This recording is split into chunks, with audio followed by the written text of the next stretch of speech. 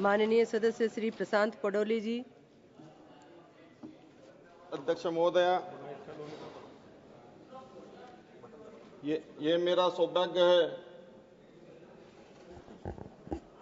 कि मैं त्रिभुवन सहकारी यूनिवर्सिटी बिल 2025 पे आपने बोलने का अवसर दिया, क्योंकि मेरे पिताजी स्वर्गीय यादवराव जी पडोले ने पूरा जीवन सहकार क्षेत्रों को समर्पित किया है। मैं विदर्भ से आता हूं, जिसे सहकारिता का गढ़ कहा जाता है।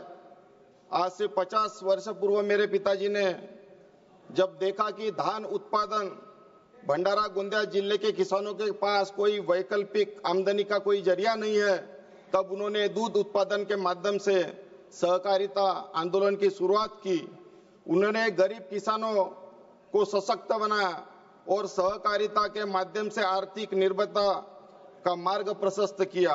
मुझे गर्व है कि मैं एक ऐसे परिवार से आता हूं जिसने सहकारिता को केवल एक आर्थिक मॉडल नहीं बल्कि एक सामाजिक आंदोलन के रूप में देखा है।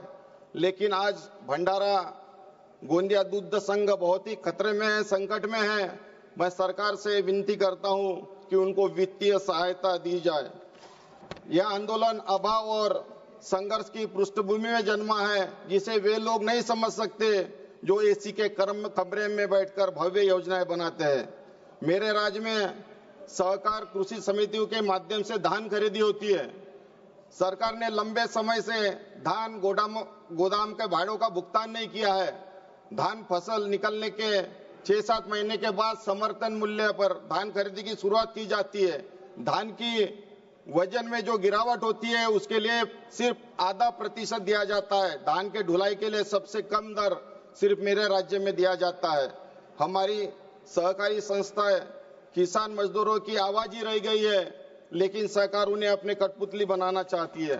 सहकारिता का मतलब मिलकर काम करना है, किसी समान लक्ष्य के लिए कई लोगों और संस्थाओं का साथ देना है। देश भर में लगभग 5 लाख सहकारी समितियां सक्रिय है, जिनमें करोड़ों लोगों को रोजगार मिल रहा है।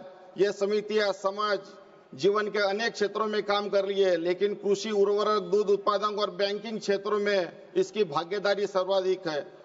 लेकिन देश में सहकारी आंदोलन में जब भी राजनीति की दखल हुई है, आंदोलन को नुकसान पहुंचाया है।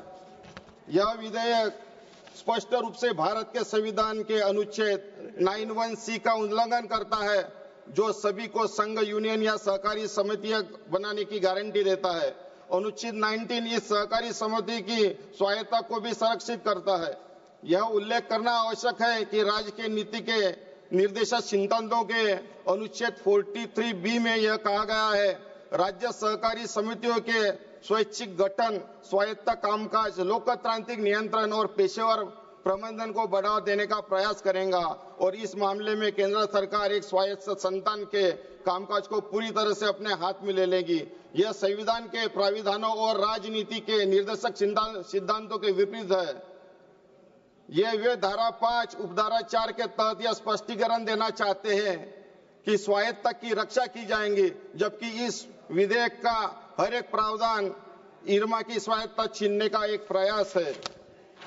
यह विधेयक सरकारी आंदोलन को कमजोर कर केंद्र के नियंत्रण में लेने की कोशिश है। महाराष्ट्र, गुजरात, केरल, कर्नाटक जैसे राज्यों में सफल सहकारी मॉडल है, फिर उन्हें केंद्र में नियंत्रण में लाने की क्या जरूरत है। असली मंशा सहकारिता के नाम पे कारपोरेट्स और पूंजीपतियों को लाभ पहुंचाने की है। अगर सरकार वास्तव में सहकारी आंदोलन को मजबूत करना चाहती है तो सहकारी समितियों की चिंताओं को समझकर समाधान निकाले। पहले 3 काले कृषि कानून लाए गए, अब सहकारी आंदोलन को अपने फायदों के लिए इस्तेमाल किया जा रहा है। सरकार को स्पष्ट करना चाहिए कि यह विश्वविद्यालय किसानों और सहकारी संस्थाओं के हित में काम करेगा, न कि कारपोरेट एजेंडों को आगे बढ़ाने के लिए। स्थानीय सहकारी आंदोलन को आत्मनिर्भर बनाना यही एक सही रास्ता है। दावों में चमक है, हकीकत में धुंधली छाई है। विकास के नाम पर फिर वही सियासी लड़ाई है। जो कल दरिया था अब रेत बन गया। सरकार और कोऑपरेटिव की भूख ने सब खो दिया। मैं इस विधेयक को विरोध कर दर्शाते हुए अपनी बात समाप्त करता हूं। धन्यवाद। जय हिंद।